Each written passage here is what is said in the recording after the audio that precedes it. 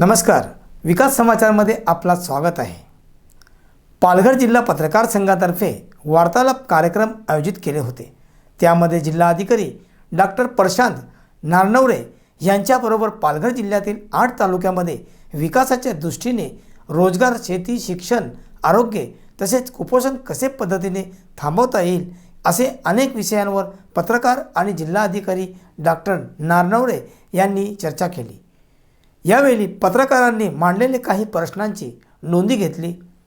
सांगली येथे शिवो व उस्मानाबाद येथे जिल्हाधिकारी असताना त्या परिसरात जे कार्य केलेले आहे त्यांनी त्याबद्दलही या पालघर जिल्ह्यामध्ये आज त्यांनी माहिती दिली। पाहूया।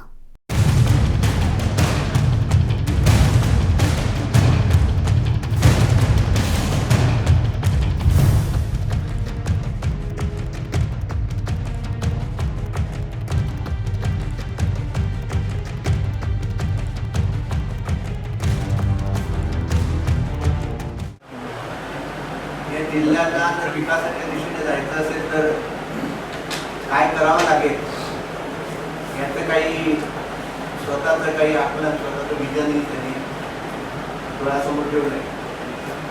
या पार्श्वभूमीवर जिल्हाधिकारी म्हणून ते या जिल्ह्याकडे कसं पाहतात आणि या जिल्ह्याचे प्रश्न किंवा जिल्ह्याच्या विकासाला कोणत्या दिशेने नेता येईल याच्याबद्दल त्यांचं विजन काय आहे, वार्तालापाला सुरुवात करण्यापूर्वी त्याचा जो परिचय आहे तो परिचय थोडक्यामध्ये मी आपल्यासमोर ठेवायचं काम करतो। 2009च्या बॅचचे IAS असलेले नारनवरे सर यांनी पालघरला येण्यापूर्वी उस्मानाबादचे जिल्हाधिकारी म्हणून काम केलं। तत्पूर्वी सांगली जिल्हा परिषदेचे मुख्य कार्यकारी अधिकारी आणि IAS नंतर सुरुवातीला सहाय्यक जिल्हाधिकारी म्हणून कोल्हापूर आणि अमरावती अशा 2 ठिकाणी काम केलं। सगळ्यात पहिले कारण की हा जिल्हा आता नवीन झालेला आहे तर पुष्कळ चॅलेंजेस आहेत। पहिला तर सिस्टीम एस्टॅब्लिश करणं। आजही लोकांमध्ये एक थोडी भावना अशी आहे की कलेक्टर म्हणजे कोण, जो ठाण्यात बसेल तो कलेक्टर।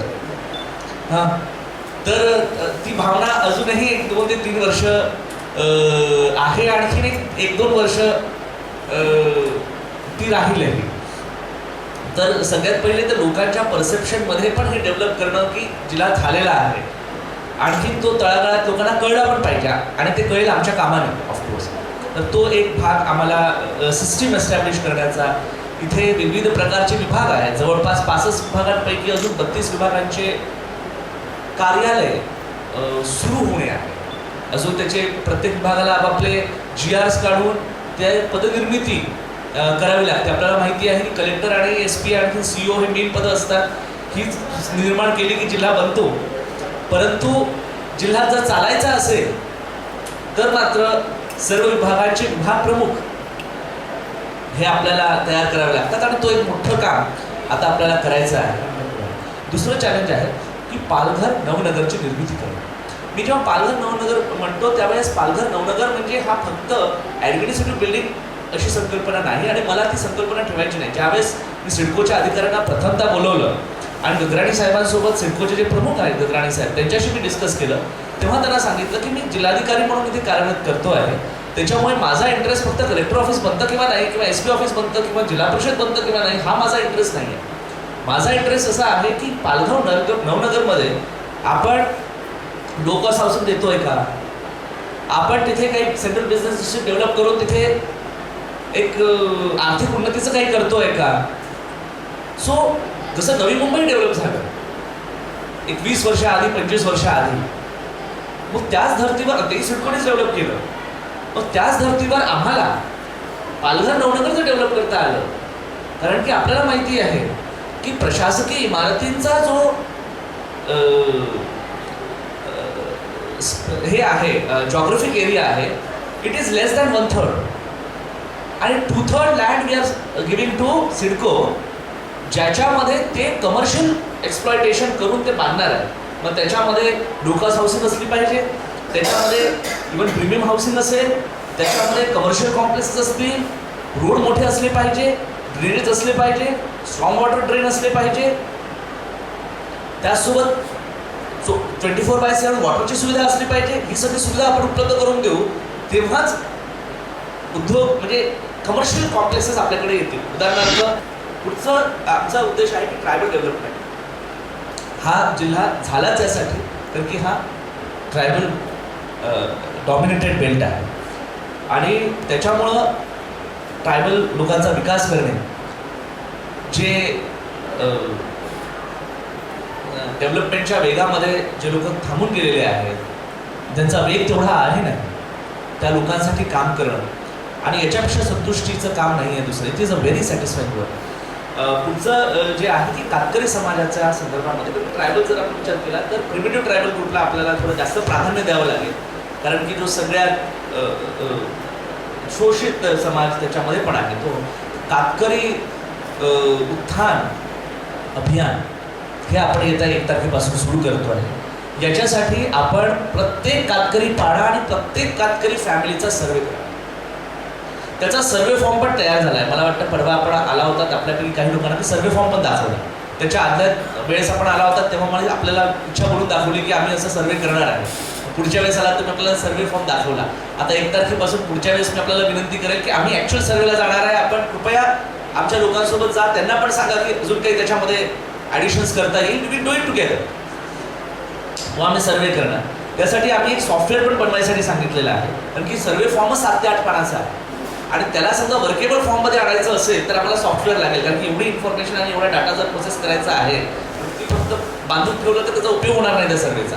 त्याला प्रोसेस आपल्याला करावं लागेल, म्हणजे त्याला प्रोसेस करून आपल्याला ते कोणत्या योजनेसाठी पात्र आहे. आमचे अधिकारी काय म्हणतात की योजना आहेत घ्यायला आले नाही. काय टोल की ती घ्यायला येणार नाही, आम्ही सॉफ्टवेअरमध्ये करणार, आम्ही सॉफ्टवेअरमध्येच योजनेचं घालणार की हे निकष आहेत आणि तोच आम्हाला सांगणार की या योजनेमध्ये कोण बसतात. आणि त्यांना सांगितलं की हे बसतात त्यांच्याकडे जा आणि ही योजना द्या. So I told that we have to do reverse. आतापर्यंत कसं आहे, आम्ही बसणार खुर्चीवर, लोक आमची अपॉइंटमेंट घेऊन येणार, 2-4दा येणार, एकदा भेटणार आणि ते एकदा भेटल्यानंतर मग कधी त्रुटी काढतो, कधी काही करतो. तर वी सेड नथिंग डुइंग. ते आपल्याकडे येण्यापेक्षा आपण त्यांच्याकडे जाऊ, आपणच त्यांना सांगू की ही योजना आहे, तुम्ही या योजनेला लाभा. ज्यांच्याकडे घर नसेल, घरकुल नसेल, तर हे क्लिअर आहे की ट्रायबल लोकांना आपलं घरकुल द्यायचे आहे. इव्हन प्रायव्हेट लँडमध्ये त्यांनी अतिक्रमण केलं असेल, गव्हर्नमेंट लँडमध्ये अतिक्रमण केलं असेल तर त्यांना ते द्यायचं आहे. प्रिमिटिव्ह ट्रायबल ग्रुपला नियम आहे, ते कशाला आमच्याकडे आले पाहिजे, आम्ही सर्वे करायचा आणि आम्हीच त्यांना द्यायचं. अनेक लोकांच्या बर्थ सर्टिफिकेट अजून तयार झालेलं नाही. त्यांचे जन्म कुठे झाले, काय झाले, मायग्रेट होत राहतात आणि त्याच्यामुळं एज सर्टिफिकेट का बरं लागतो, कारण की आम्हाला जर कोणती योजना द्यायची आहे, समजा 65 वर्षाच्या वरच्या कोणत्या योजना असतील, सोशल सिक्युरिटी स्कीम असेल, हे असेल, त्यासाठी 65 वर्षाचा एज प्रूफ लागतो. आता 65 वर्ष आधी त्यांनी जन्म झाला तर कुठे रेकॉर्ड नसेल, मग त्याचा रेकॉर्ड आज आपल्याला तयार करायचा आहे एज प्रूफचा. तो कसा करायचा, तर त्याच्यासाठी मेडिकल डॉक्टरचा आपल्याला एक्झामिनेशन लागतो आणि डॉक्टर एक्झामिनेशन करून सांगतो की याचा साधारणपणे एज किती असेल, तर तो आपण एक करून देणार. मालन्यूट्रिशन एक मोठं प्रॉब्लेम आमच्याकडे आहे. तर बालमाता स्वास्थ्य संवर्धन दिन हे आपण इथे साजरं करतोय. प्रत्येक महिन्याच्या 9 तारखेला आता आपण केलं आहे की सगळे गरोदर माता, सगळ्या स्तनदा माता, सगळे मॅमची मुलं म्हणजे आणि सॅमची मुलं, severe acute malnutrition, moderate acute malnutrited, आणखी 0 ते 1 वर्ष वयोगटातील मुलं महिन्यातून एकदा म्हणजे 9 तारखेला त्या सगळ्यांना PSC मध्ये आणायचं आहे आणि त्या सगळ्यांची तपासणी करून घ्यायची. आणि आता आम्ही एक सॉफ्टवेअर पण तयार केलेलं आहे, त्याचं ट्रायल सुरू आहे.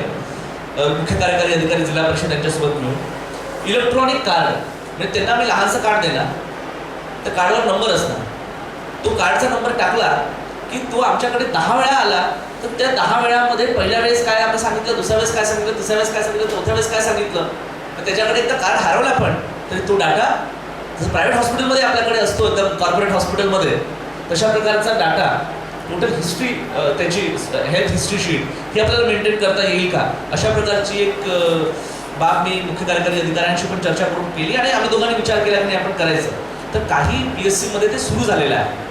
1 ते 7 मध्ये 1 ते 15 मध्ये कोणत्या PSC मध्ये सुरू झालं मी आपल्याला सांगेल. आणि मी आपल्याला पण विनंती करेल की आपण पण तिथे जाऊन एखादी आपला कार्ड काढून बघा. म्हणजे PSC ला जायला काही प्रॉब्लेम नाही, आपलंच आहे ते. तर होतं का म्हणजे जस्ट टू सी, हे सगळ्यासाठी आहे. म्हणजे this is for all, it is not only limited tribal but for everybody who comes. ॲग्रिकल्चरमध्ये गटशेतीच्या संदर्भात ऑलरेडी GR आपल्याला आलेला आहे. तो आमचा एक मुख्य काम आहे.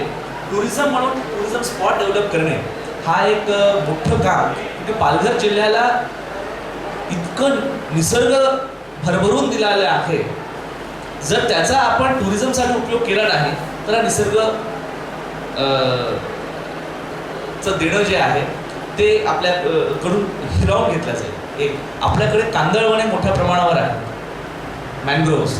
आम्ही आता एक मोठं कॅम्पेन घेतो आहे की मॅनग्रोव्हची कांदळवनांची नोंद हे सातबाऱ्यावर घेणे. आज मोठा कार्यक्रम आमच्याकडे आम्ही आता घेतोय. आतापर्यंत कांदळवनं आहेत पण आता त्यांनी सातबाऱ्यावर नोंद घेतली आहे, पण आता मी आदेश करतो की कांदळवनाची नोंद सातबाऱ्यावर घ्यायची. मग ते प्रायव्हेट असो की गव्हर्नमेंट असो. प्रायव्हेट माणसाला पण कांदळवनं तोडता येणार नाही आपल्या सुद्धा जमिनीचे. मग तरी करायचं काय आपल्या जमिनीचं? तर आम्ही सांगितलं आम्ही तुम्हाला ते बायोडायव्हर्सिटी पार्कवर काहीतरी काढा, आम्ही टुरिझमचा लायसन्स देऊ तुम्हाला.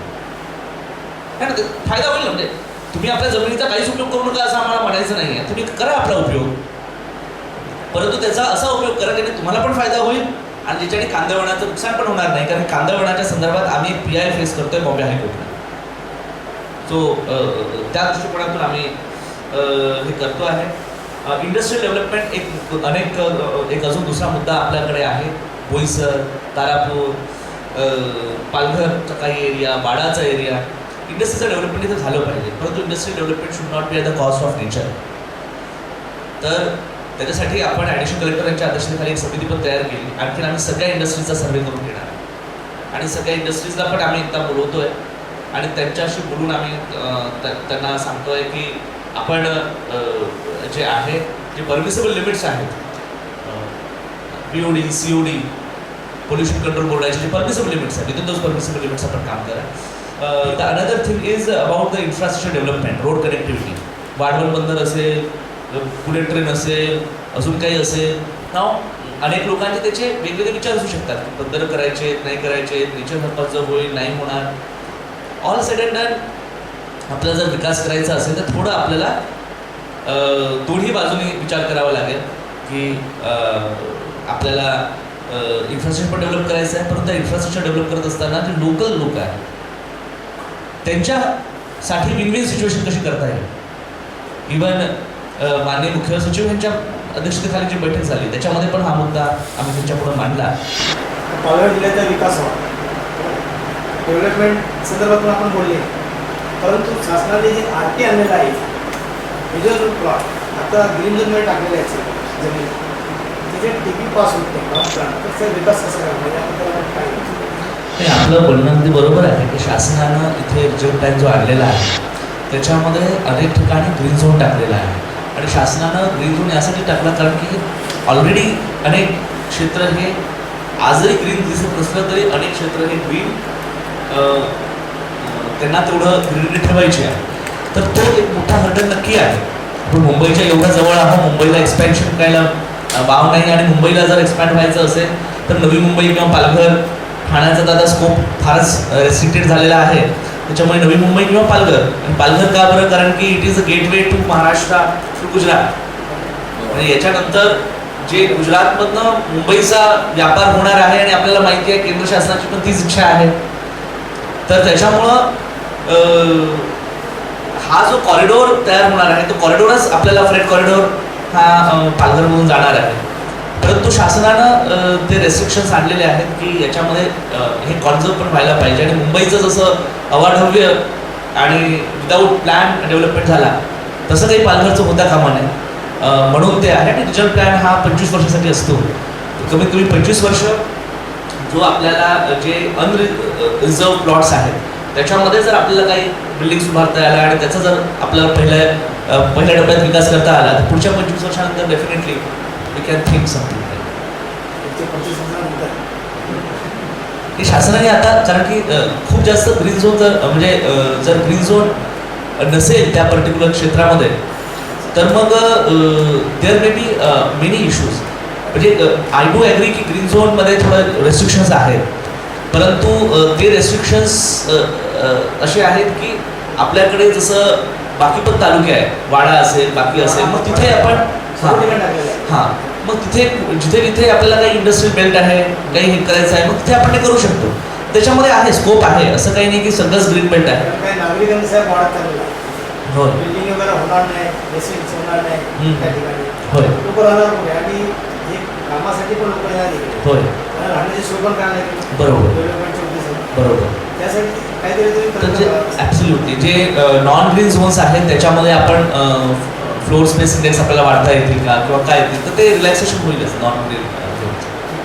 सर मला सर सिंपल आहे की दोन जागाला किंवा वेगवेगळं आरक्षण टाकलं जी जी त्यावेळेला काही निकष असतील. हो. ते निकषाची अंमलबजावणी करतात नाही ज्यावेळेला सर्वे आणि हे होतं ह्याची पाहणी साधारण करतात. याची पाहणी जे टाउन प्लॅनिंग डिपार्टमेंटचे लोक आहेत आपल्याकडे ADTP असतात, असिस्टंट डायरेक्टर टाउन प्लॅनिंग, ते करतात. त्याच्यानंतर मग कलेक्टरच्या अध्यक्षतेखाली कमिटी असते. ती कमिटी ते स्टडी करून ते राज्य शासनाला पाठवते आणि मग राज्य शासनाच्याकडे पण टाउन प्लॅनिंग डिपार्टमेंट आहे, जो डायरेक्टर आहे, आणखीन डायरेक्टर टाउन प्लॅनिंग आहे. मग ते पूर्ण स्क्रुटिनी करतात. या याचं basic prepared by the ADTP, आपल्याकडे जे ADTP बसतात ते बेसिक हे प्रिपेअर करतात. आणखी अंतिम निर्णय हा अर्बन डेव्हलपमेंट डिपार्टमेंट महाराष्ट्र शासनाचं ते करतात आणि त्यांनी पब्लिश केल्यानंतर गॅझेटमध्ये तो प्लॅन होतो. हो लोकांचा वेगळा आहे. ज्या बिल्डरांनी किंवा मोठमोठ्या लोकांनी 50, 60, 70 एकर जमीन घेतात त्यांच्यावर कुठे आरक्षण 0.% अच्छा. आणि सामान्य शेतकरी आहे किंवा ज्याच्याकडे 20 गुंठे आहे त्याच्यावर पूर्णपणे आरक्षण टाकलेलं आहे. अच्छा. आणि एकाच बाजूचे पट्टे घेतलेले आहेत ज्याच्यामध्ये आरक्षण टाकताना बाकी पट्टा नाही किंवा ट्रायबल बेल्टमध्ये 3-4 किलोमीटर सलग पट्टा टाकून दिला पूर्णपणे अच्छा. पूर्ण त्यांच्या हे करून टाकलं. अच्छा. हे ह्यासाठी हा किंवा आणि त्याच्यासाठी याच्यामध्ये आपल्याला काही प्रश्न असतील तर आपण मला सांगा. माझ्या अध्यक्षतेखाली पण एक कमिटी आहे प्लॅनिंगची, तर त्याच्या संदर्भात आपण ADTPना बोलवून घेऊ. मी त्यांना विचारतो की आता प्लॅनचं स्टेज कोणत्या स्टेजला आहे, म्हणजे I am not aware about this, कारण की अद्याप काही म्हणजे त्याची एकही मिटिंग मी अद्याप घेतली नाही इन द सेन्स त्यांना तो माझ्याकडे फाईल मूव्ह करावा लागतो माझी वेळ मागण्यासाठी. तर जर त्यांनी मूव्ह नसेल केली तर मी स्वतःच त्यांना बोलवून घेईल आणि आता मी ते माहिती घेतोय की कोणत्या स्टेजला प्लॅनिंगच्या स्टेजला आहे. म्हणजे अद्याप ते पब्लिश झालं नाही हे तर खरं आहे, म्हणजे अंतिम झालेलं नाही अजून. तर त्याच्यामध्ये काही स्कोप असेल आणि आपले काही त्याच्यामध्ये विचार असतील तर कृपया मला सांगा, म्हणजे इफ दे आर जेन्युइन ना फ्री विल बी. जर नगरपालिका क्षेत्राचा जो झाला होय त्याच्यातून इतकं समोर आलेलं आहे की अनेक म्हणजे मी इथे समोर राहतो, माझ्या जमिनीवर आरक्षण टाकतात, माझा पट्टा पूर्णपणे एक अर्धा पाऊण किलोमीटर टाकतात माझ्या अच्छा. पट्ट्यावर. समोरच्या पट्ट्यावर जराही आरक्षण नाही. कारण त्या बिल्डरांचं असं घडलं नाही, असं घडलं असेल तर मी डेफिनेटली. झाले सर CM बरोबर पण मिटिंग झाल्या पण कुठे ठेवलं अच्छा. अशा स्वरूपाच्या पुढे हे होत राहिलं.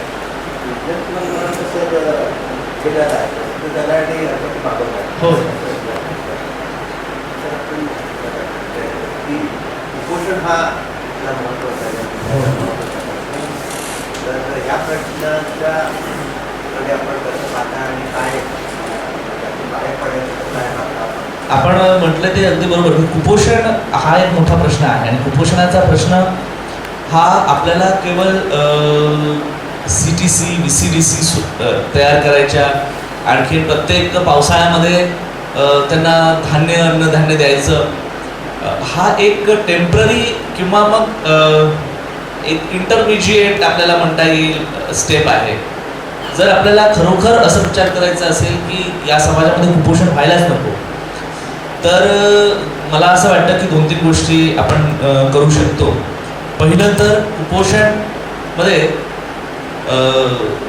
जे लो बर्थ वेटचं प्रमाण आहे आणि महिलांचं हिमोग्लोबिन कमी असण्याचं प्रमाण आहे ते फार जास्त आहे.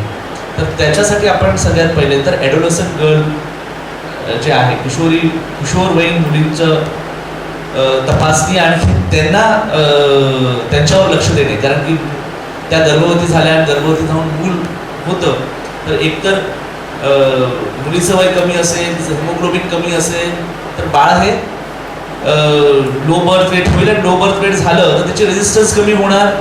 आणि शेवटी nutrition is not all about what you eat, it is all what you digest also. तर जर तुमची डायजेस्टिव्ह कॅपॅसिटी तेवढी झाली नाही, म्हणजे जे न्यूट्रिशन सोखून घेण्याची जी इंटेस्टाईनची जी आहे, तर त्याला एक लॉंग टर्ममध्ये, तर पहिला प्रॉब्लेम मला वाटतं की लॉंग टर्ममध्ये जर आपल्याला करायचं असेल, जे आम्ही पण चर्चा केली की ॲडोलसंट गर्ल्सवर, किशोरवयीन मुलींवर फोकस करायचं, त्यांना आयरन टॅब्लेट्स द्यायचं, त्यांचं स्वास्थ्य संवर्धनासाठी प्रयत्न करायचा, हा पहिलं. सेकंड इज, त्यांना जर आपण कुठल्या चांगल्या प्रोडक्टिव्ह कामात लावलं तर मॅरेजेबल एज थोडं वाढतं का हे बघण्याचं आमचा एक प्रयोग व्हायला पाहिजे. मॅरेजेबल एज थोडं जास्त राहिलं, एक 18 वर्ष, 19 वर्ष, 20 वर्षामध्ये जर मॅरेजेबल एज आला तर लो बर्थ वेट चाइल्डचा प्रमाण थोडं कमी होईल आणि जे मुलींचं जे डेंजर झोनमध्ये जाण्याचं प्रमाण आहे ते पण कमी होईल. एक तो. दुसरं, मुलांमध्ये स्पेसिंग, हे झालं मेडिकलच्या ॲस्पेक्ट. नॉन मेडिकल ॲस्पेक्टमध्ये लाईव्हलीहूड डेव्हलपमेंट करणं. किती काळ आपण त्यांना राशनचे धान्य देत राहणार, किती काळ ते देऊ आपण, परंतु वाय आपल्याला नेहमी वाटतं की 50 वर्षापासून आपण राशनचे धान्य दिले आणि पुढच्या 50 वर्ष पण यांना मिळाले पाहिजे. पण पुढच्या 50 वर्षात या लोकांनी, यांची मुलं डॉक्टर, इंजिनियर, कलेक्टर, कमिशनर झाले पाहिजेत ना. आणि म्हणून या लोकांचं लाईव्हलीहूड डेव्हलपमेंट जे आहे, जे मी आपल्याला सांगितलं, कृषी गटाच्या माध्यमातून, पोल्ट्री याच्या माध्यमातून, म्हणजे एक आपण 3 ते 4, 5 वर्षाचा जर एक सलग कार्यक्रम केला यांच्या लाईव्हलीहूड डेव्हलपमेंटचा आणि फोकस्ड पद्धतीनं जर विचार केला की ह्यांना यांच्या खिशात पैसे मिळायला पाहिजे. जर यांच्याकडे पैसे आले, कोणत्याही माणसाकडे पैसे आले, तर तो पहिले 2 गोष्टींवर खर्च करतो. एक, जेवण, चांगलं जेवायला त्यांना आवडेल, आणि दुसरं कपडे. पैसे आले तर आपण त्याच्यावर पहिले खर्च करतो. आजकाल तिसरा महत्त्वाचा खर्च मोबाईलवर झाला आहे, तो वेगळा की, परंतु ते जर आपण सोडलं तर आपण या 2 गोष्टींवर खर्च करतो. तर त्यांच्या हातात पैसे देणे, आणि पैसे कसे देणे, फॉर लाईव्हलीहूड डेव्हलपमेंट. आज जर आपण कोणती योजना दिली, त्यांना पैसे दिले, ते खाल्ले, परत गेलो, तर तो काही लाईव्हलीहूड डेव्हलपमेंट होत नाही. तशा प्रकारच्या योजना आपण दिल्या की कोंबड्याच्या योजना दिल्या, कोंबड्या सगळं त्यांनी खाऊन टाकल्या, तर तो काही योजना होणार नाही. पण कोंबड्या आपण दिल्या, त्याच्यामधून अंडी आपण विकत घेण्याची आम्ही गॅरंटी केली. स्वयं योजना म्हणून आमच्या त्यांच्या अंडी त्यांच्याकडनं आम्ही विकत घेणार, आणि ती अंडी जी विकत घेणार तीच आम्ही तिच्या मुलांना आहारामध्ये देणार. तर अशा प्रकारची योजना, म्हणजे on one side preventive and medical side, आणि on other side economic side, म्हणजे एक मेडिकल साईड आपल्याला त्यांना मदत केली पाहिजे, आणि एक आर्थिक दृष्टिकोनातून जर मदत केली पाहिजे. तर मला वाटतं एक 3 ते 4 वर्षाचा जर आपण पिरियड घेतला आणि त्याच्यामध्ये फोकस्ड या 2 गोष्टींवर काम केलं तर हेल्थ आणि ICDSचं काम थोडं कमी होईल. कारण की जेव्हा पैसे येतात, लोक अवेअर होतात, तेव्हा आपोआप त्यांना आपल्या याची चिंता असेल असं मला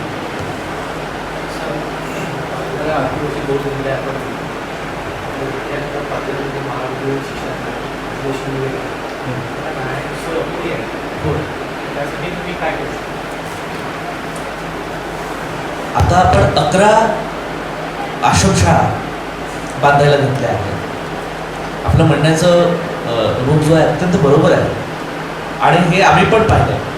अनेक ठिकाणी आश्रमशाळा अपुऱ्या आहेत. नंबर 1, विद्यालयांचा फार मोठा प्रश्न आहे.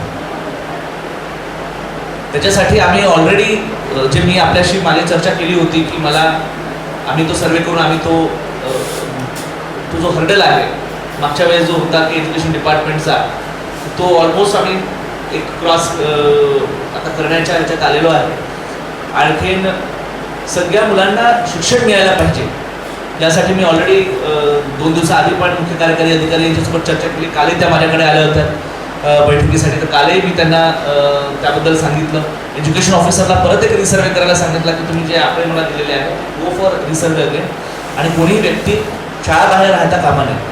आम्ही आता हा सुद्धा निर्णय घेतला की जर आपल्याला शिक्षण मिळालं नाही तर आम्ही कंत्राटी याच्यावर जे रिटायर्ड शिक्षक आहे रिटायर्ड शिक्षक सुद्धा आता घेण्यासंदर्भात आम्ही आता जिल्हा परिषदेकडून प्रस्ताव ऑलरेडी मागवला. कारण की याच्यामध्ये अजून एक हे होतं की आम्ही जर त्यांना तासिका बेसिसवर ठेवू तर अनेक लोक तासिका बेसिसवर ठेवलेले लोक they will claim permanent employment.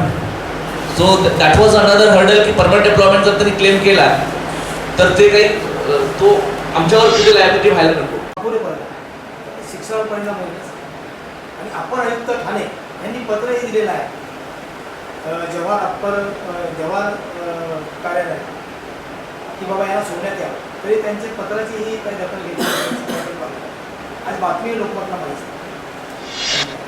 मी बघतो मे बी की कारण जवारमध्ये एकदा निघालेत ना म्हणजे तिथनं समजा शिक्षक इकडे दिले तर इकडनं कोणी तिकडे जाणं. आज जसं जवारचं आजही आपल्या पेपरमध्ये आहे की जवारमध्ये तहसीलदार नाही, जवारमध्ये एकही नाही तहसीलदार नाही.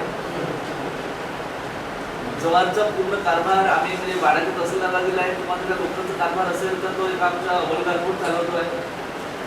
इश्यू असा आहे की या क्षेत्रामध्ये कोणी यायला तयार त्यांच्या बदल्या होऊन सुद्धा तर जर त्यांना रिप्लेसमेंट आली नाही तर इथे तरी कोणीतरी पालघरला येऊ शकतो.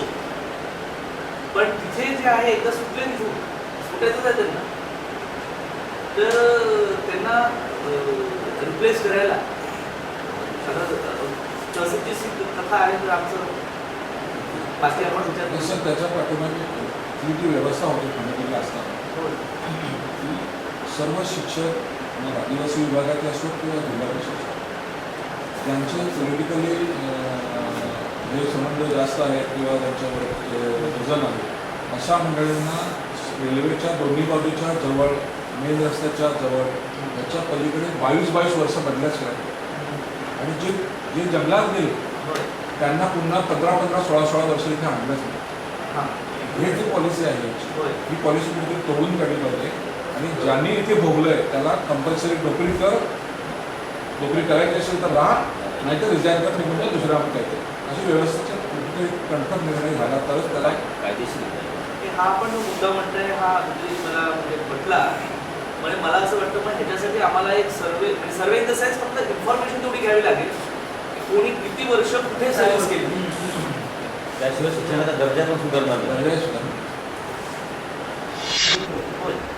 परंतु आज धामसाठी जे पर्यटन सागरी पर्यटन आहे बोरीसारखं आहे तर तिथे अवैध रेतीशाला खूप मोठ्या प्रमाणात उत्साह होतो.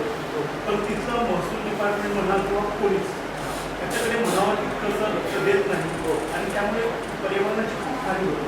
अगदी बरोबर. काल पण मी बैठक घेतली सगळे प्रांत आणि तहसीलदारांना पण मी खूप सांगितलं.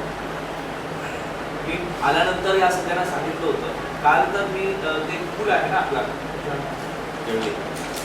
रेल्वे पूल त्या रेल्वे पुलाची पण बैठक घेतली. रेल्वेच्या अधिकाऱ्यांना पण बोलवलं होतं. आणि हा वाळूचा प्रॉब्लेम ना आपल्या जिल्ह्यामध्ये फार ॲक्टिव्ह आहे. मी तहसीलदार प्रांतांना पण सांगितलं की मला रेड्स करून पाहिजे, तुम्ही कारवाई करा. मग काही कारवाई पालघरमध्ये झाली. पालघर तहसीलदारांनी काही बोटी वगैरे जाळल्या. त्यानंतर वसई तहसीलदारांनी काही ॲक्शन घेतली. मला वाटतं मला पण घेतली पाहिजे. पण त्या दिवशी मला कोणीतरी आपल्यापैकीच कोणीतरी सांगितलं संध्याकाळी आपल्यापैकी कोणीतरी सांगितलं की इथे फार जास्त होत आहे. मग मी रात्री स्वतःच गेलो. आपण सांगितलं मला हो. तर मग आम्ही ते वसई तालुक्यात गेलो आणि पाहिलं खरंच रात्रभर सुरू होतं. म्हणजे मी रात्री गेलो 2 वाजता. पहिले विचारलं मी की हे किती वाजता सुरू होऊ शकतं असं तर मी आपण इन्फॉर्मेशन घेतली आणि कुणाला सांगितलं नाही. तिथल्या तहसीलदारांना सांगितलं नाही, तिथल्या प्रांतांना सांगितलं नाही, तिथल्या PIला सांगितलं नाही, तिथल्या तिथले ॲडिशनल SP ला सांगितलं नाही, कुणाला सांगितलं नाही.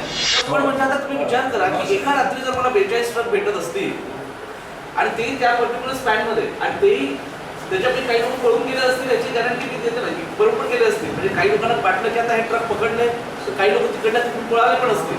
ते तर जे आम्हाला भेटले 1,000च्या वरती ट्रक झाला. तर आम्ही त्या दिवशी तिथे 42 ट्रक पकडले. त्याच्यापैकी जो मी एरिया पकडला होता तो अर्धा पालघरमध्ये होता. That was boundary area. It was अर्धा पालघर अर्धा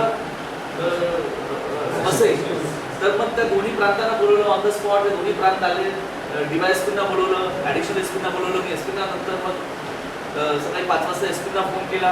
एसपीना पण वाटलं काय झालं मग 5 वाजता फोन केला. मग एसपी म्हणाले की सर काय प्रॉब्लेम आहे का? तुम्ही म्हटलं बाबा आम्ही इथे आलो आहे, तर ॲडिशनल एसपीला पाठवून द्या. तर मग आले, पटकन आले सगळेजण.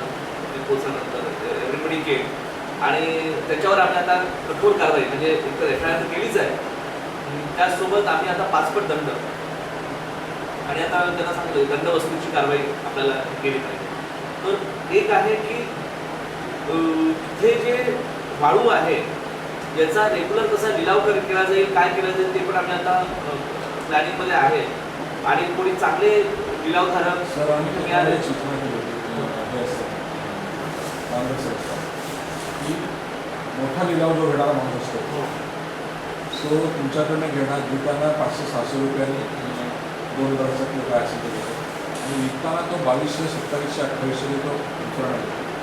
त्याच्यामुळे तोच गब्बर होता. तर आम्ही त्यांना सजेशन केलं होतं की नदीच्या दोन्ही किनाऱ्याला पलीकडे गावात त्या गावातल्या 1-2 मुलांना जर ठेके दिले तेवढं त्याच्यात फक्त गावाच्या हद्दीत म्हणजे काय असेल ते काढायचं.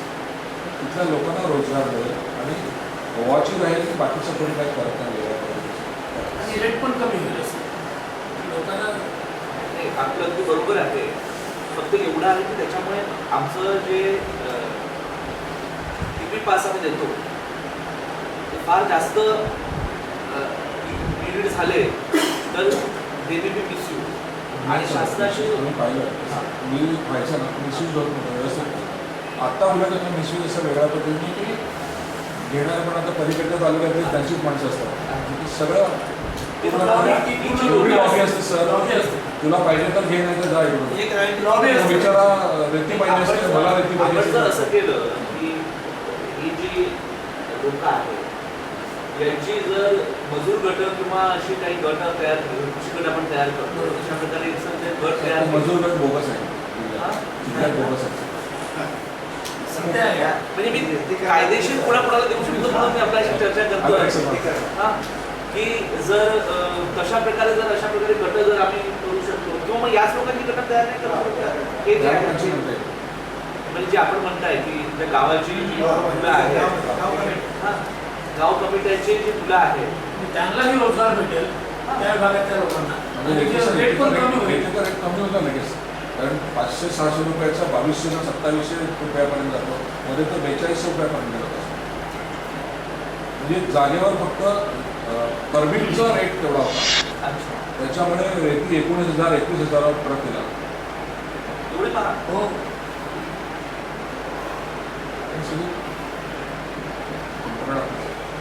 मला हे मी आपल्याला सांगितलं जर हे असं जर काही होऊ शकलो म्हणजे कॅन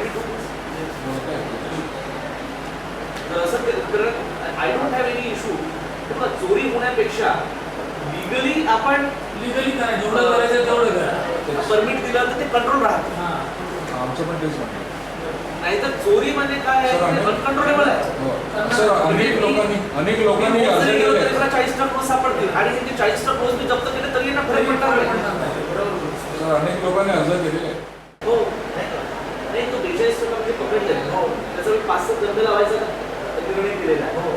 तर आता FIR झाल्यानंतर कोर्टमध्ये पहिले त्यांना ते सोडवावं लागेल. ट्रक सोडवावं लागेल. ते ट्रक सोडवल्यानंतर पहिले फक्त इथपर्यंतच होत होतं. आता त्याला सांगितलं की कोर्टमधून जरी ते सोडलं तरी सुद्धा आम्हाला महसूलला 48 सेक्शन 48 MLRची पॉवर आहेत ना आय से यूज आहे. म्हणजे आता काय झालंय की ज्युडिशियल मॅजिस्ट्रेटची पॉवर हे कलेक्टरला आलेले आहे इन दिस मॅटर. म्हणजे आम्हाला आता हे व्हेकल कॉन्फिस्केट करण्याची पॉवर आहे पूर्वी ज्युडिशियल मॅजिस्ट्रेटला. तर I told SDM that you use this power. आपल्याला पॉवर आले ते यूज नाही केलं तर काही उपयोग नाही ना म्हणजे ते न आल्यासारखेच आहे. तर you first take the bond. आपण बॉन्ड घ्या त्यांच्याकडून. म्हणजे त्या कायद्यामध्ये आहे की पहिल्यांदा असं सापडलं त्याच्याकडे बॉन्ड घ्यायचा. दुसऱ्यांदा सापडलं तर ते व्हेकलच कॉन्फिस्केट करून टाकायचं. तर लिलाव करायला तो व्हेकल ते सगळे पैसे शासनाला बघायचे. तर आता हे जेवढं पण नुकसान केलं त्याचं 5 पट जे आहे हे आम्ही त्याचं ओनर आहे त्याच्यावर ते लावणार आणि ऑफकोर्स ते it will be higher than the cost of truck. तसं ती बंदी प्रक्रिया आहे, बंदी प्रक्रिया आहे की मोजक्या घटनांमध्ये केली जाते. की मी आता इन्शुर करतोय की 42% म्हणजे आता जिथे मी केलं 42%मध्ये तर दे विल हॅव. आणि हे आपण म्हणजे काय अनेकदा ह्या ग्रेड्स आपल्याला रिपीटेड केल्या तर ते जसं ते लोक थांबत नाही तसं आपण थांबायला नाही. और हमने कातकरी समाज के लोगों को बुलाकर भी करा तो हमने देखा कि लगभग 50,000 लोग की पॉपुलेशन हमारे पास में कातकरी समाज की है पालघर जिले में केवल, और अलग अलग जगह पे वो पाड़ा करके रह रहे हैं. तो हमने उनके पाड़ों का भी उनसे इन्फॉर्मेशन लिया कि जो सामाजिक संगठनाएं थी, मैंने आपसे कहा कि हम सामाजिक संगठनाओं के साथ भी मिलकर काम करना चाह रहे हैं कि अल्टीमेटली वो उनका रीच है यहाँ पर और हमारा काम थोड़ा आसान हो जाएगा उनके साथ बैठकर. तो उन्होंने हमें जो एनालिसिस दिया कि यहाँ रह रहे हैं, हमने तहसीलदार से पूछा तो हमने भी पूरी लिस्ट बना ली कि कातकरी पाड़ी कहाँ कहाँ पर. तो हम उन पहाड़ों पर जाकर के उन पहाड़ों पर सर्वे करें और वो सर्वे करने के पश्चात जब वो बताएगा ना आदमी कि लगभग आपकी उम्र कितनी है तो वो कहेगा 60. तो एक बार चेक कर ले कि 60 है, 65 है, 70 है.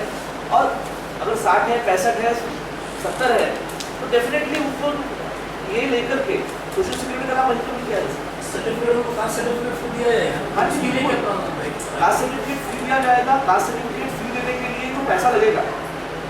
तो ट्राइबल डिपार्टमेंट को देने के लिए कल ही मैंने आदेश किया. Tribal department both POs are ready, they have to be ready. So दोनों पीओज जो हैं वो तैयार हैं और वो सारा जो पैसा, क्योंकि एक सर्टिफिकेट को 30 रुपये लगेगा लगभग, कल हमने डिस्कस किया उसका इकोनॉमिक्स फाइंड आउट किया. तो किसी भी कातकरी समाज के आदमी को एक भी पैसा देना नहीं. एक सर्टिफिकेट को लगभग तो 30 रुपये लगेगा आपको, जो सेतु के मार्फत आपको सेतु की फीस आपको पता है तो वो है, फॉर्म की फीस है, फिर हमारा सर्वे फॉर्म है, इसको प्रिंट आउट करना पड़ेगा, तो इसको सब पैसा लगेगा. तो ये सारा पैसा जो है हम लोग ट्राइबल डिपार्टमेंट का हमारे पास फंड है, आपको तो पता है बहुत है, उसमें आ जाएगा. सांगितलं का मला वाटतं काही गोष्टी करायला आपल्या ह्याच्यामध्ये कांदोळची कांदळ प्रामुख्याने डहाणूच्या भागात होतं असं.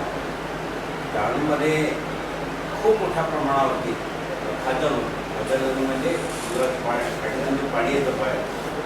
तिथल्या 2250 एकर जागा रिलायन्सला दिली. त्यावेळी BSS त्यानंतर मच्छीमार आणि काही मोठे लोक त्यांचा मच्छीमारशी काही संबंध नाही अशा प्रत्येक व्यक्तीला 5-5 हेक्टर जागा कोळंबी उत्पादनासाठी, आणि ह्या सर्व लोकांनी ही जी काही मँगोची झाडं होती ती सर्व तोडून यांच्या ठिकाणी कोळंबी प्रकल्प आता उभारलेले आहेत. 80% जागा तशा आहेत. काही त्याच्यामध्ये न दिलेले सुद्धा अतिक्रमण करून सुद्धा ही वनं जे आहेत ते आता तोडली जातात. आता डहाणूची परिस्थिती अशी आहे, खाडीच्या समुद्रातून पाणी खाडीत जाते, सर्व पसरवत म्हणजे परतीच्या हटल्यानंतर भांडणाबरोबर पसरते. आता इथे मोठे मोठे बांध घालून संपूर्ण हे पाणी अडवलं जाणार आहे आणि हे पाणी बाहेरच्या वस्तीला सर्व मारायला सुरुवात झाली. बरोबरमध्ये थोडीशी समुद्राचं पाणी सोडलं यायचं. त्या ठिकाणी अखूट जागेमध्ये सुद्धा एकाला 30 एकर जागा, 12.5 हेक्टर जागा दिली कोळंबी उत्पादन. त्याने बरोबर खाडीच्या मध्यातून असं बांध घातले आणि जी मँगोची झाडं होती, खूप झाडं होती, सर्व तोडून टाकली. आणि आता तिथे भरतीचं पाणी येते ती सर्व बाजूची शेती होती, कारण ह्याचे मोठे मोठे बांध होते. इथे पाणी पावसाळ्यात पण ते उन्हाळ्यात पण सर्व हे पाणी सर्व शेतीमध्ये, भात शेतीमध्ये शेती. अशा प्रकारचं हे जे आता जे खाजण आहे हे खाजण संपूर्ण खलास करा. त्याच्यावर काहीतरी जर हे झालं प्रदूषणपणे मँगोची झाडं पण त्याच्यात जातात. अनधिकृत सुद्धा अतिक्रमण करून सुद्धा ही कोळंबी प्रकल्प काही ही झाडं तोडून रेल्वे प्रामुख्याने तालुक्यात सर हे आपण परत नाही मला सांगितलं दिस इज व्हेरी सायंटिफिक. पक्की बांधकाम झालेली संपल्यानंतर अजूनही त्यांनी पूर्तता केलेली नाही. तरी जवळजवळ मला वाटतं 3 ते 4 एकर कोणती प्रकल्पाचं एवढं, कारण बँगलोर महत्वाचं नाही. बँगलोर खारेपूर इथे आहे. खारेपूर वाडा मित्रांमध्ये जमा होतात त्याला असं पालघरला काही ते दरवर्षी पाणी टंचाई सुरू असते. आणि अशी गावपाड्या आहेत तर त्या गावपाड्यांना जवळ 2 किंवा 2.5 किलोमीटर नदी पण वाहते. पण कायमस्वरूपी अशी योजना कुठलीच अंमलात नव्हती. दरवर्षी तिथल्या लोकांना हंडाभर पाण्यासाठी रात्रभर काढावी लागते. बहुतांशी गावाची वाडा मित्र संवाद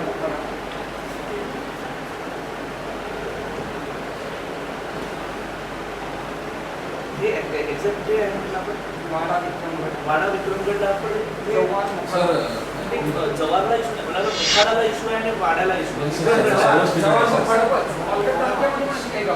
सर त्याला एक जोडून असताना सांगतो की 5 तालुक्यांमध्ये नद्या जातात आणि नद्याच्या किनारी उन्हाळ्यानंतर पूर्णतः कोरड्या पडतात, कारण त्याच्यामध्ये खूप डोंगराचा गाळ आलेला आहे, तसा दगड माती वगैरे असतात.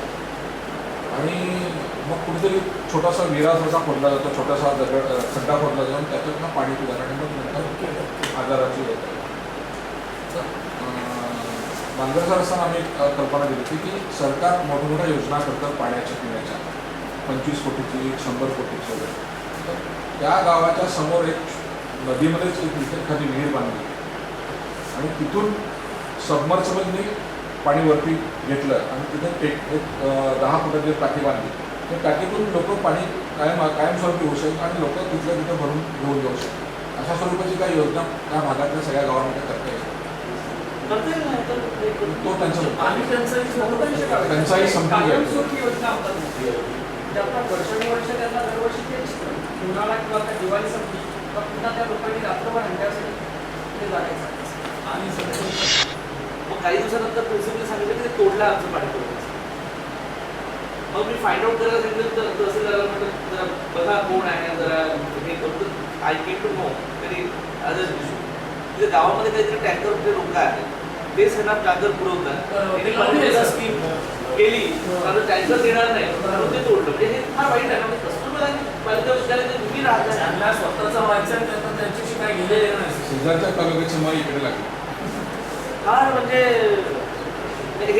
हे मला एक उदाहरण आता कळलं. म्हणजे मी मिटिंग घेतली त्या दिवशी ना आणि पहिल्यांदा घेतलं तर मी पाणी पुरवठा स्कीम घेतली. तर मी त्याला सांगितलं की परत मी बैठक घेऊन काही नाही तर ते गावाचे जे लोक आहेत त्याच्यावर 1-2 लोकांवर जरा गुन्हे दाखल केले मग ते जरा शांत होतील.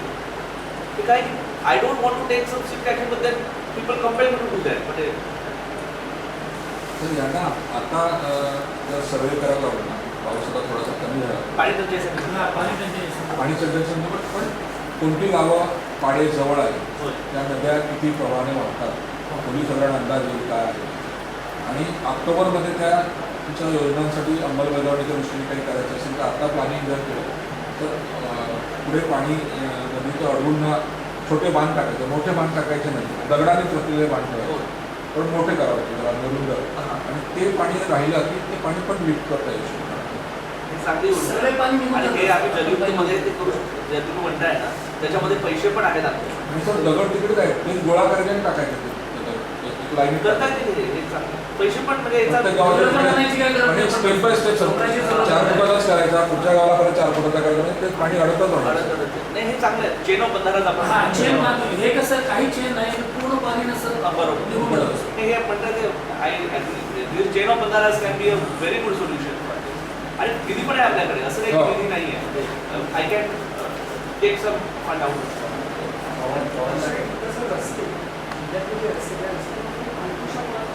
हो 6 मिनिट एखाद्या रस्ता बांधतो, 6 मिनिट त्या रस्त्याची दिवसाच्या पूर्ण आता मी सोमवारी एक रस्त्यांची बैठक ठेवली आहे. इकडे मनोरचा रोड खूप खराब आहे. मनोरला आपण नाही तो आणि पालघरच्या दोन रस्ते मला फारच खराब दिसायचे. सर तुम्ही फक्त मेन रोड पाहता, पण जिल्ह्यामध्ये जिल्हा परिषद आणि बांधकाम खात्याने जे रस्ते बांधतात ना, तर ते रस्ते इतके भयानक आहेत, मटेरियल वापरलंच जात नाही. आम्ही काही पत्रकार म्हणून पालघरच्या शहरात पण तो प्रयोग केला आहे. डांगर टाकताना आणताना वजन गुपचूप करायला लावलंय आणि त्यांनी परत मारून झाल्यानंतर वजन करायला लावलंय. हजार किलोचा फरक पडला एका फक्त पाऊण किलोमीटर. हे फारच आणि लॉबी आहे एवढा मोठा भ्रष्टाचार आहे सर पीडब्ल्यूडी डिपार्टमेंटमध्ये आणि काही म्हणजे अधिकारी- त्याच्यावर कोणाचंही लक्ष नाही. पीडब्ल्यूडी करणारे सगळे रस्ते काढून आता ह्यांना दिले जिल्हा परिषदला दिले जिल्हा परिषदचे कॉन्ट्रॅक्टर सगळे तर जिल्हा परिषद पद्धतीने मोठ्या प्रमाणात स्थलांतर वीटभट्ट्या, बांधकाम व्यवसायी किंवा अशी ओपन जागा कुठे जाऊन येतो का आपल्या कुटुंबात सोयी करा. त्यांची लहान मुलं असतात तिथे प्रशासन त्यांच्यापर्यंत पोहोचत आणि लिटरली म्हणजे आमच्याकडे कसोद्धार नाही पालघर बोईसर रस्त्यावरती दांडेकर महिला त्या ठिकाणी 350 कुटुंब स्थलांतर करून राहतात. त्या लोकांच्या मुलांना आरोग्य नाही काय नाही लिटरली म्हणजे घाण अवस्थेत जातात. ते लोक एखादा फोटो डोक्यावर घेऊन येतात तांदळाचा आणि ते कसंही खातात, जे मिळेल ते खातात. कधी मजुरी नाही मिळाली ते बिलपत माग अशी अवस्था. आणि स्वतःकडे 3-3, 4-4 एकर जागा आहे. फक्त 4 महिने पावसाळ्यात ते लोक शेतीसाठी गावात जातात. बाकीचे जे काही हे आहे पिरियड आहे त्या ठिकाणी ते लोक स्थलांतराला वाडा, भिवंडी किंवा अशा ठिकाणी बांधकाम व्यवसायिक म्हणा, वीटभट्ट्या म्हणा अशा ठिकाणी आणि प्रशासन याच्यामध्ये आजपर्यंत पोहोचले नाही. आम्ही जेव्हा त्यांना सांगतो तेव्हा प्रशासन तिथे पोहोचले. त्याचा अर्थ काय? आणि ती मुलं आता मागे एक सर्वे केला होता सर, तर 70 मुलांना आम्ही चेकअप केलं होतं. त्याच्यातली 30 मुलं ही कुपोषणापासून 200 किलोग्रॅमनी कमी आहे. ते 200 किलोग्रॅम अजून कमी झाले असतील तर ते नक्कीच कुपोषणामध्ये गेले असते. 2 मुलं तिथे भेटली, ती आई घेऊन वळवली. हे ट्रेस कोणी करायचं? किंवा ह्या लोकांना ह्यांचं फ्युचर काय? मुलं ही अशीच लहान मुलांबरोबर म्हणजे आई वडील कसे पण आणतात आणि ते आई बरोबर पोरगा बापावर दारू प्यायला नसतो. ही अवस्था आहे आमची. तिथपर्यंत प्रशासन पोहोचेल का? किंवा प्रशासनासाठी काय यंत्रणा होते? आपली जी यंत्रणा आहे ती काय उपाययोजना आपण राबवला आहे? आपलं बरोबर आहे. पहिलं मायग्रेशन जे आहे त्याच्यापैकी डिस्ट्रेस मायग्रेशन जर असेल म्हणजे इथे काहीच काम नाही आणि त्याच्यामुळं हे झालं म्हणून त्यासाठीच आपल्याला सांगितलं की आम्ही आता जे फळबाग लागवडीचा कार्यक्रम घेतोय बांधावर फळबाग लागवड आणि कृषी गटात त्याच्या माध्यमातून म्हणजे कसं की कमीत कमी ते त्यांच्या शेतात असेल तर पिकाच्या वेळेस तर कमीत कमी बाया जाणार नाहीत माणसं जरी गेलेत तर. एकदा बायांचं स्थलांतर आपण थांबवलं 100% स्थलांतर आपण थांबवू हे मी फारच guarantee in the sense that is too much over enthusiastic to say.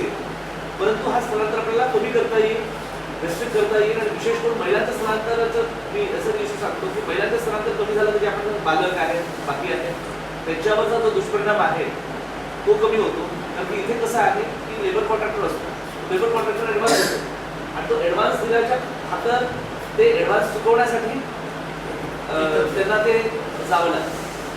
So what we can also do is की इथे ॲग्रिकल्चरच्या आम्ही जर योजना राबवल्या आणि त्या योजना जर त्यांच्यापर्यंत पोहोचल्या तर त्यांना इथे राहण्याचं काहीतरी इन्सेंटिव्ह मिळालं. आज त्यांच्याकडे त्यांच्या शेतीमध्ये काम करण्याचं कोणतंच इन्सेंटिव्ह नाही. 4 महिन्यानंतर त्या शेतीत काहीच होत नाही. तर एक आहे की त्यांच्या शेतीत 4 महिन्यानंतरही काहीतरी होईल किंवा त्यांना पूरक व्यवसाय काहीतरी असेल ज्याच्याकडनं त्यांचं इन्सेंटिव्ह राहील इथे राहण्याचं. म्हणजे बाहेर जाऊन काम करण्याला जेवढे पैसे मिळतात त्याच्यापेक्षा जर जास्त इथे त्यांना राहून मिळत असतील तरच तो माणूस तिथे थांबतो. नाहीतर आम्ही त्याला किती काउन्सिल केलं तरी तो थांबणार. आमचा प्रयत्न काय असला पाहिजे की तो माणूस किंवा तो परिवारातले काही लोक जे आहेत सगळे भले नसतील परिवारातले काही लोकचा इंटरेस्ट असा इथे तयार करायचा. नेहमी भाजीपाल्याचे गट तयार करू, जिथे पाणी आहे तिथे, जिथे नसेल तिथे पोल्ट्रीचं जे आपल्याला सांगितलं मोठ्या प्रमाणात आपल्याला पोल्ट्रीचं हे करता येईल. तर अशा प्रकारचं काही प्लॅनिंग करू जर आपण काही लोकांना ते थांबवू शकलो हां कौशल्य विकास करू. आणि कौशल्य विकासाचा माझा कॉन्सेप्ट असा आहे की कौशल्य विकास हा असा असला पाहिजे तो किमान कौशल्यावर आधारित आहे. म्हणजे फार काही त्याला कौशल्य वाढवायचं काम नको. फार कौशल्य वाढवायला लागलो आपण की ते वाढत अजिबात नाही आणि आमचे पैसे वेस्ट होतात आणि तो माणूस काहीतरी म्हणजे महिलांना जर करायचं असेल तर पोल्ट्रीचं कौशल्य किंवा एक साधं काहीतरी आम्ही जर विचार केला गोदडी बनवण्याचं हे किंवा शिलाई मशीन दिल्या तर अशा प्रकारचं जे कौशल्य आहे जे कमीत कमी त्रास होऊन वाढवू शकेल मग अशा लोकांसाठी आपण त्यामध्ये मी स्वतः जाऊन आलेलो आहे 108 शेतकरी जंगलात मोगऱ्याचे आपण घेतात. तर त्यांचं म्हणणं असं आहे की कळी जी आहे ती विकली जाते पण जे फूल होतो ना ते वेस्टेज जातो. तर वेस्टेज जातो म्हणजे ते जमिनीवर पडतो. तर ते फुलापासून काय ते परफ्यूम वगैरे बनवण्याचं प्रशिक्षण दिला तिकडच्या शेतकऱ्यांना. ते फुलाचेही त्याला पैसे मिळतात. करता येईल ना डिस्टिलेशन त्याचं डिस्टिलेशन प्रोसेस आहे. सर जो आपने स्थलांतरण का जो मुद्दा आपने पालघर जिले में जो बहुत बड़ी समस्या है सर, इसलिए उनके पास ज़मीन है, किसान है, इस तरीके से किसान अभी उसके अंदर कुछ भी लगा है तो उनके फसल खराब हो रही है, उनको पैसा नहीं मिल रहा है, इसलिए वहाँ से बाहर आ रहे हैं या उनको वहाँ पे रोजगार नहीं मिल रहा है. तो अगर गवर्नमेंट की तरफ से सर, अगर उस इलाके में जो गवर्नमेंट के जो प्रोडक्ट्स होते हैं सर, जो गवर्नमेंट के प्रोडक्ट्स होते हैं उनकी अगर वहाँ पे उस तरीके से उस इलाके में अगर इस तरीके की कंपनियाँ अगर खोली जाए तो उनको फ़ायदा नहीं होगा सर. हाँ, उस इलाके के अंदर अगर जो गवर्नमेंट के जो प्रोडक्ट होते हैं तो चाहे कोई भी प्रोडक्ट हो, अगर उस इलाके के अंदर उस तरीके की अगर कंपनियाँ खोली जाएँ तो वहाँ के लोगों को भी उसको रोजगार मिल सकता है सर. बोलने में कोई दिक्कत नहीं लेकिन प्राइवेट कंपनियाँ नहीं आएंगी सर. प्राइवेट आने की जरूरत नहीं. हम तो चाहते ना आए वो. हम तो चाहते हैं कि यहाँ के जो लोग हैं उन्हीं का हैंड होल्डिंग हो. तो केवल हमें इस प्रकार के जो यंग लोग हैं आता यांनी सांगितलं की त्यांना एक करायचं तर मी त्यांना सांगेल की तुम्ही एखादी करा आणि आम्ही तुम्हाला मदत करतो. फक्त गॅरंटी ही आहे म्हणजे आमची अट ही एवढी राहणार आपल्याला की मॅक्सिमम लोक तरी ट्रायबल पाहिजे म्हणजे आम्ही ट्रायबल पैसे देऊ. सर आता मी स्वतः 100% ट्रायबल असणे आवश्यक नाही परंतु 70% तरी ट्रायबल असले पाहिजे. 60-40-65% तर पण त्यांच्यासाठी सिद्धिविनायक मंदिर जे ट्रस्ट आहे उदाहरण सरांनी सांगितलं की जो चाफा आहे किंवा जी फुलं आहे तर त्यांच्याशी पण आपण नाही मी बिलकुल करू शकतो. मी आपल्याला तेच सांगतो. रिझन इज की पूर्ण जे आपला प्रयोग आहे हा गव्हर्नमेंट ड्रिव्हन नसायला पाहिजे. It should be people driven. म्हणजे यांच्या प्रश्नाचं उत्तर देऊ. जर हा कलेक्टर ड्रिव्हन प्रोजेक्ट पाहिला आणि कलेक्टर सुद्धा केलं तर उद्या कलेक्टर केल्यानंतर काय करतात परिस्थिती ही परिस्थिती आपल्याला अशी करायची आहे की it should be people driven. आपल्यापैकी काही लोकांना तरुण मुलांना जर अशा प्रकारचं काही करायचं असेल आणि जर मी तुम्हाला तुमचा उद्योग स्थापन करण्यासाठी मदत करू शकलो मी उद्या नसलो तरी तुम्ही त्या आदिवासी मुलांना घेऊन काम करू शकतो. This is what my concept is. जर तुम्हाला तशा प्रकारचं काही करायचं असेल आणि केलं पाहिजे. आजकाल तरुणांनी मराठी तरुणांनी तो उद्योगात आलंच पाहिजे ना. तर अशा प्रकारे माझ्याकडे आता अनेक ते त्या दिवशी एक आले आदिवासी समाजाचे त्यांना मी सांगितलं ते आपली मागण्या घेऊन आले 2 पेज. मी त्यांना सांगितलं सगळ्या मागण्या मी करेन तर पहिले कोणते आणि पुढच्या वेळेस तुम्ही आले तर माझ्याकडून कोंबडी मी फुकट देणार. हा 1 दिवसाचे पिलू तुम्ही ते 200 दिवसाचं 1 महिन्याचं करा ते पण मी घेण्याची गॅरंटी घेतो तुमची. आणि मग ते घेऊन कुणाला द्यायचे तुमचे जे एरियामध्ये जे महिला असतील महिला बचत गट तुम्हीच तयार करायचे आणि ते पिलं तुमच्याकडे विकत घेईल तुम्हाला पैसे देईल आणि तेच पिलं मी त्या महिलांना देणार आणि त्या महिलांना दिल्यानंतर ते अंडे जे तयार होतील 3 महिन्यानंतर ते अंडे आम्ही बायबॅकची गॅरंटी घेणार आणि ते अंडे मग आम्ही अंगणवाडीला देणार. म्हणजे आम्ही तो अंगणवाडीला द्यायचा खर्च आहे त्याच्यामध्ये ते होणार. तर we told them that we are going to take buyback guarantee. पण तुम्ही पहिले पोल्ट्री करा मागण्यानंतर मागा नुसत्या मागण्या. सो असं मी आता एनजीओ माझ्याकडे येतात त्यांना मी काम देत असतो आणि तसं पद्धतीनं अनेक एनजीओ मला पूर्वीचा अनुभव आहे अनेक लोक करतात. There are many people and in life if you take little risk you are young people if you take little risk there is nothing wrong. What happen maximum your fair right. काय होणार आहे risk तुम्ही घेतली तुम्ही एखादी unit टाकलं maximum काय होईल फेल व्हाल ना. प्रत्येक क्षेत्रात रिस्क आहे सर. नाही प्रत्येक क्षेत्रात रिस्क आहे. आता तुमच्या क्षेत्रात रिस्क नाही आहे. प्रॉडक्ट तो आता जी नॅचरल शेती आहे त्याच्या प्रॉडक्ट करतात ते सुद्धा रिस्कच आहे. हा ना रिस्क आहे ना बिलकुल. तर त्याच्यामुळे थोडं आपल्याला जर करता आलं चलो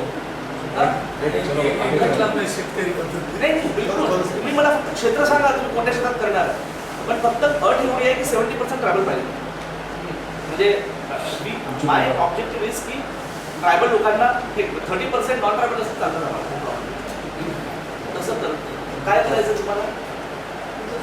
मी स्वतः शेतकरी होय. 2007 ला होय. 4 गुंठ्यामध्ये मोगरा डेली एक दिवस आणि किंवा डेली 10-12 किलो घ्यायचं.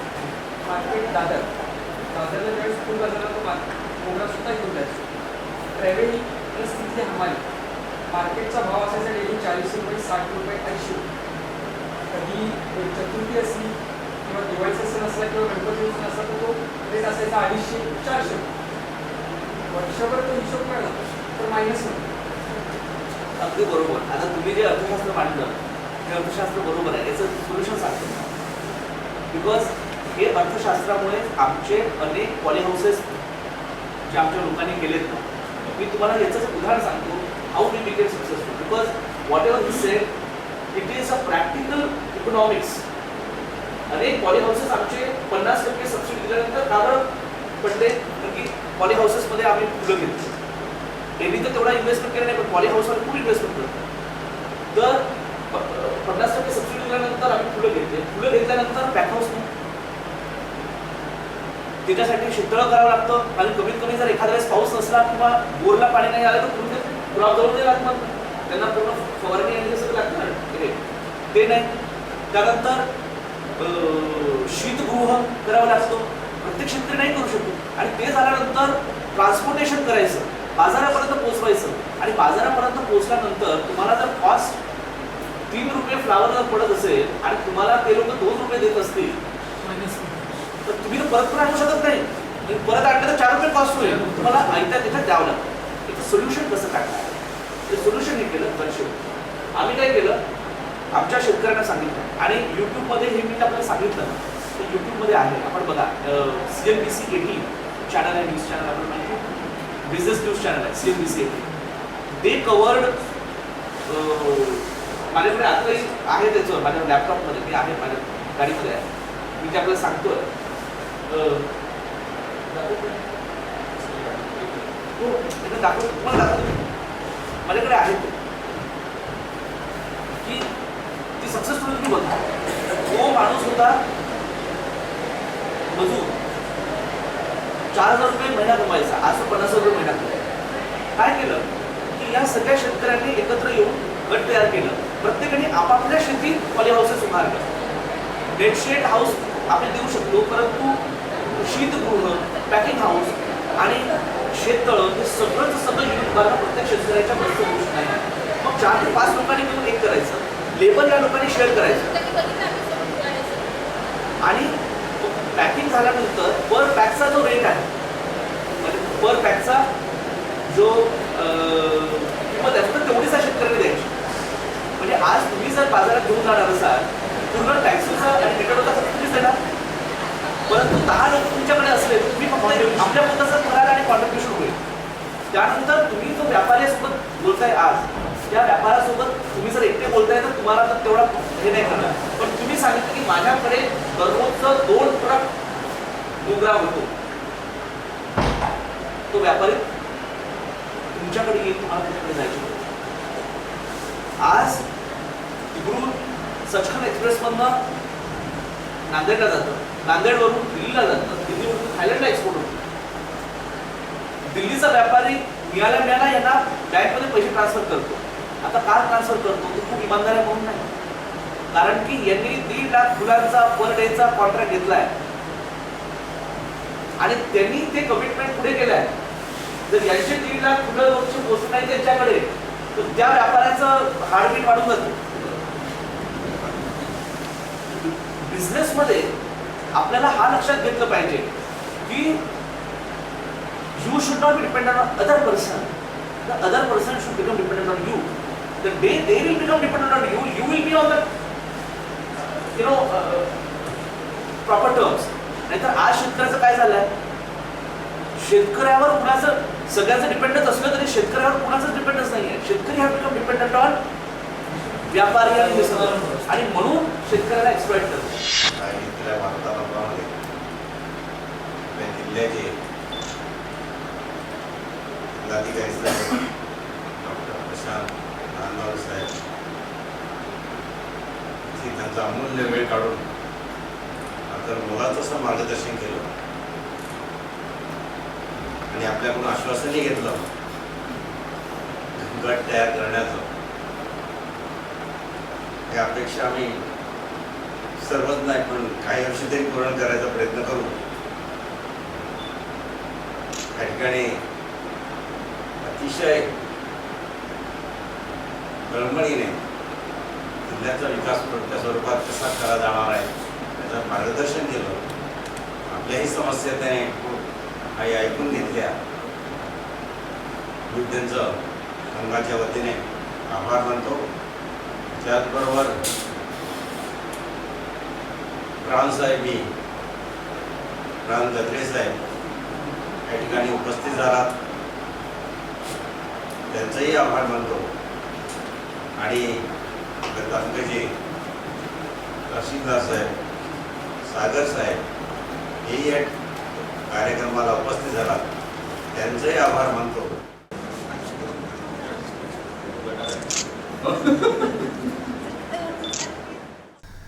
हे होते पालघर जिल्ह्याचे जिल्हाधिकारी डॉक्टर नारनवरे. तुम्ही पाहत राहा विकास समाचार, ध्यास ग्रामीण विकासाचा. नमस्कार.